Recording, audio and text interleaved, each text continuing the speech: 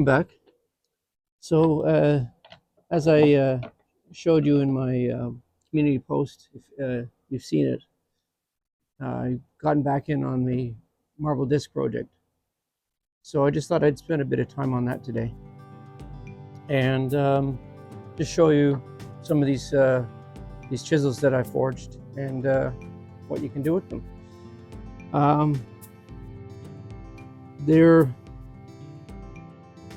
They worked out really nice. I'm really happy with them. And as you can see, I've got a snazzy new paint job on them. So very happy with them, and many years of great things to make with these. So what I'm working on today is I'm furthering on the rounding off of the back, because to familiarize people who haven't been following, I've been making this ornamental marble disc, which will have applied onyx rope work. So there'll be these repeating movements all the way around in this chase here, and so this will be like Celtic knotwork style, and there'll be some kind of a carved motif done out of onyx similarly. And then there'll also be an applied onyx border as well, just to top it off, and some kind of a beading. I haven't really decided on that detail. So as you can see, I've dished this out quite a bit in various stages. And what I'm doing right now is, before I get too advanced on the front side, I want to further off continuing the rounding of the back side, working both sides simultaneously. You can either work the outside first and then the inside, or you can work them both in together, which is what I've chosen to do. And it just so happened that this chunk of plaster on the back originally secured it down to a piece of limestone, and fortunate for me, it ended up losing its bond with the limestone. So I've left it on here to stabilize the backside, which will get quite thin and will provide me with just a little bit of extra girth and reinforcement, and I'll take that off towards the end. But in the meantime, I'm rounding off the backside, and so as I round off the backside, I'll munch away at this plaster, which is just a soft chemical set plaster. So that's kind of bringing everybody up to speed, and so I'll just work away here, and you can watch, I guess. It's the idea, right? Hopefully some people find this of interest. These chisels have really worked out. They've got a very nice cut. Some of these chisels were reworked chisels, so they were ones that I already had made into chisels previously, and they'd just gotten tired.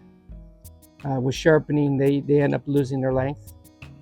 So these were ones that, now I didn't spend as much time on these as I probably could have, but it was one of those things where I was running out of charcoal at the end of the day, and a little bit of human steam as well. So I could have drawn these out a bit more. I could have drawn them out a bit more on the backside, lengthened them out a little bit better. As you can see, this one's a little bit wonky, but I'm going to leave it like that for now, because sometimes wonky shapes can actually work to your advantage. So yeah, these ones were ones that I had previously made into chisels. They've gotten very thick, and as you sharpen them, they lose that thinness, and so drawing them out just brings back life to the chisel and reestablishing a temper. I know I go on a lot about these chisels, but they are a primary tool for stone cutting. It's like a painter with his paintbrush. The paintbrush doesn't make the painter, but a quality brush makes quality painters work that much better. So I can do great things with any chisel Heck, I could make great things with a sharpened screwdriver, but having world-class chisels gives you that little edge, and that's why I'm going on about it, because I truly believe that so many people, since they haven't been training people and teaching people to make their own chisels like they once did, the knowledge is being lost. It's not being taught anymore. I might be the last person from my generation. It's that significant. It's that rapid the change in the industry, and it's significant. It's a lost knowledge, and I was fortunate enough to be trained by an Irish carver, where in his apprenticeship it was still routine. His father still made his own chisels. He's made his own chisels. He was taught that from a young age, forging of tools. So it was ingrained in his daily routine. Every weekend he'd see his father running the forge.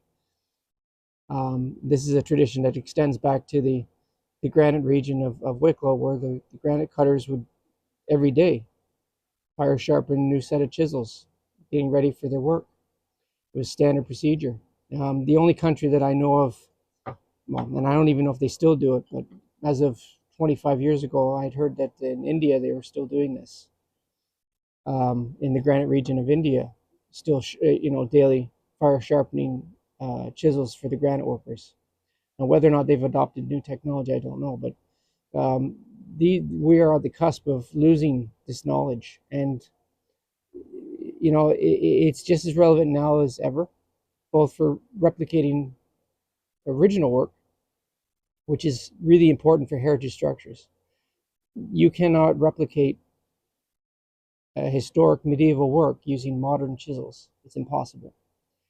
You can get something close, but it won't be the same. Just because the steel is different. Using heritage or antique steel is the only way that you're going to make an accurate reproduction of that chisel.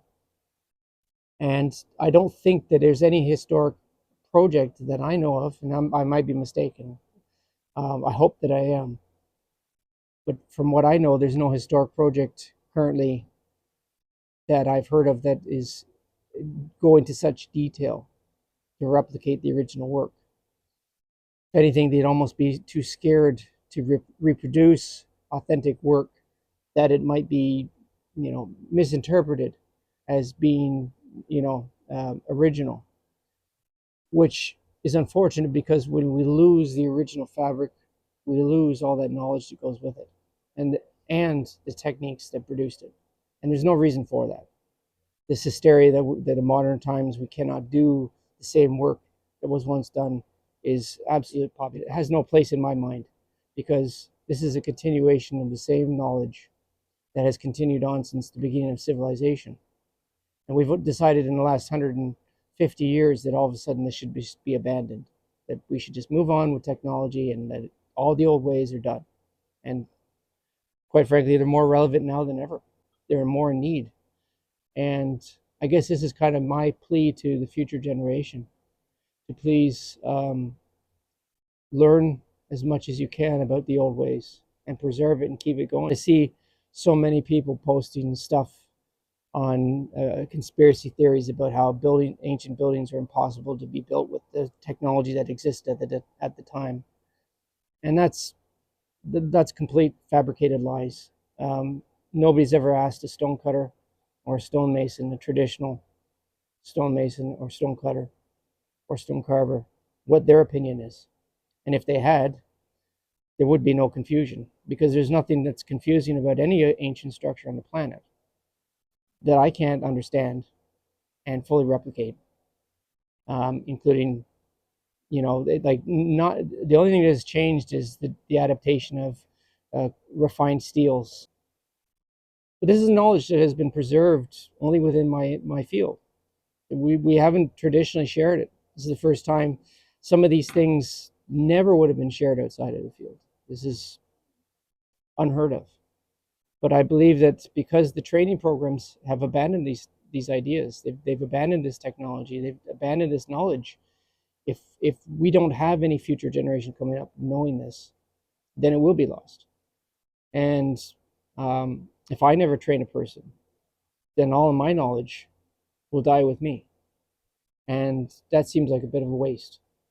So this is why I harp on about this stuff, because I truly, passionately believe of its importance. And I see the youngest generation being more, um, I don't want to be insulting, but not exposed to uh, any of this knowledge.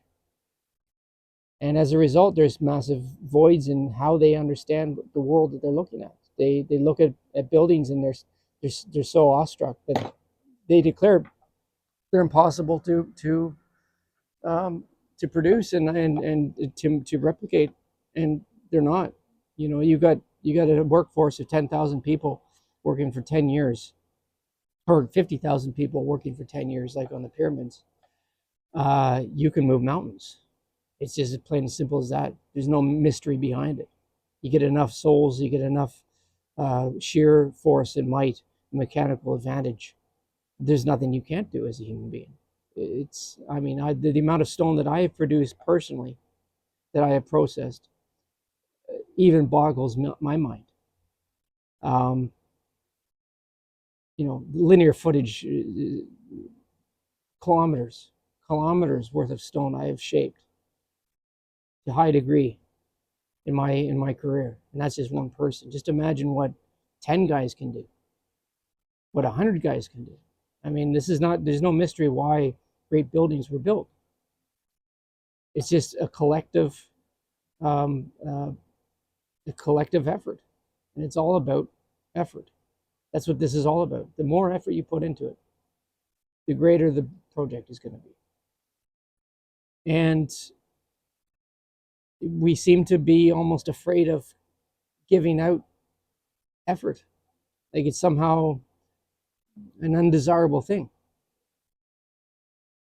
And I don't understand why people are so afraid of effort. It's the one of the most rewarding human experiences I've had in my life, is giving out pure effort and seeing the rewards. I mean, I love what I do. Uh, it's literally getting paid to do something that you love to do, which most people think is unheard of in these modern times. Not, believe me when I say, if you choose wisely in your career, never mind how much money you get paid, the money will fall suit. Just give pure effort, refine it, master it. If you master your field, no matter what it is, and you give it with your full passion, the money will come. Pure, honest effort. And there is nothing pure and nothing more honest than shaping God's earth, rock. You know, it's the purest thing, one of the most ancient professions, and it needs to be preserved because we've been shaping rock since the beginning of civilization. To abandon this is like forgetting to know how to write, or abandoning how knowing how to read. It's that significant. So please, you know, heed me when I say about these ideas about making your own tools. It might seem insignificant, but when you think about the ramifications of resorting to only mass-produced, uh, commercially available tools, is one step. It's one stage in the loss of the knowledge. And the more bits of knowledge we lose, the more we get closer to losing it all. In the future, produce possibly some kind of a podcast style episode where we talk about some of the obstacles. My boss and I, we've talked about this, possibly doing some kind of podcast style episodes where we just talk about some of the issues um, upcoming for the industry, for the field, um, and some of the things that need to be addressed, and some of the knowledges, and then some of the stories as well. I mean, the stories are they're incredible. You know, it's and if you don't share them, they get lost. So um, I appreciate everybody who watches my channel, because you are helping in preserving the knowledge. I mean, everything that you learn from me makes you just that little bit wiser and a little bit more knowledgeable. And my goal is to teach everybody how to look at buildings and understand how they're made, and understand the effort that went into making them, so that we can appreciate these buildings better. Because there's nothing worse than watching gorgeous stonework that had incredible effort being put into it going to the wrecking ball, which is one of the most malicious acts of vandalism I can think of. It's equivalent to burning ancient texts from a library. It saddens me so much every time I see a fine old building just being destroyed maliciously, and only to be replaced with some inferior temporary concrete and glass structure. It's an insult to thousands of years of human development. And yeah, I feel very passionately about this, and this is my opportunity to share my feelings, my opinions.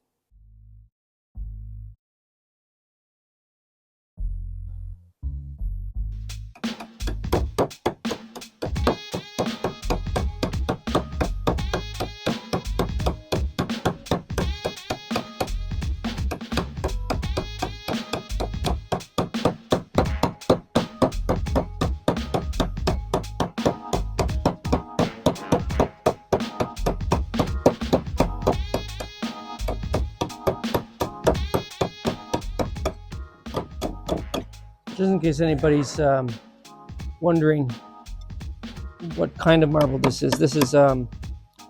marble is referred to as Pietra di Carrara, I believe is the name. So it's comes from the Carrara region of Italy.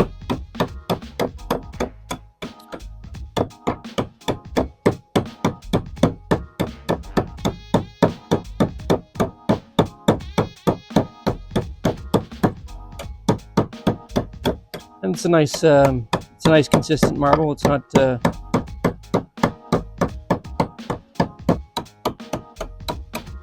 again, there's so many different materials out there.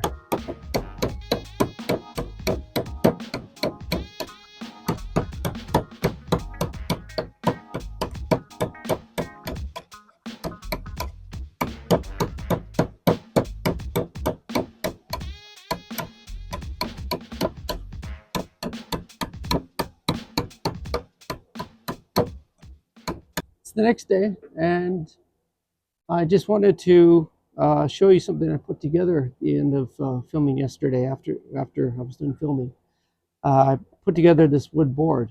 I was, as you probably noticed, I was chasing the stone around the bench a bit, and so this is it's an idea I came up with. I just happened to have this piece of wood, so I put it together with some dowels, and I think this is really going to pay off in the future for securing small objects down to any kind of work surface wherever I'm working. So it's perfectly portable. So, anyways, that was a cool idea, and I also you probably remember this claw tool from a few videos ago that I had tempered in the forge, and I finished it off with a file, just bringing the teeth to a nice point. And I tell you, that's a gorgeous tool with the marble. So I'm really glad I did that. And I'll definitely have to make up some more of those in the future, because they really are a beautiful tool. So that's all that I wanted to show you for today. But I also, and if you watch this far, uh, then you must have something, that there must be something about my videos that you're interested in.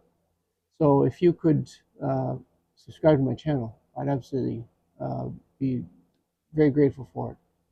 And give me a like. So yeah, that's it. And so until then, I'm just going to keep on working away here. And for the next video, we'll see what we come up with. I might be working on this, or I might be doing something else.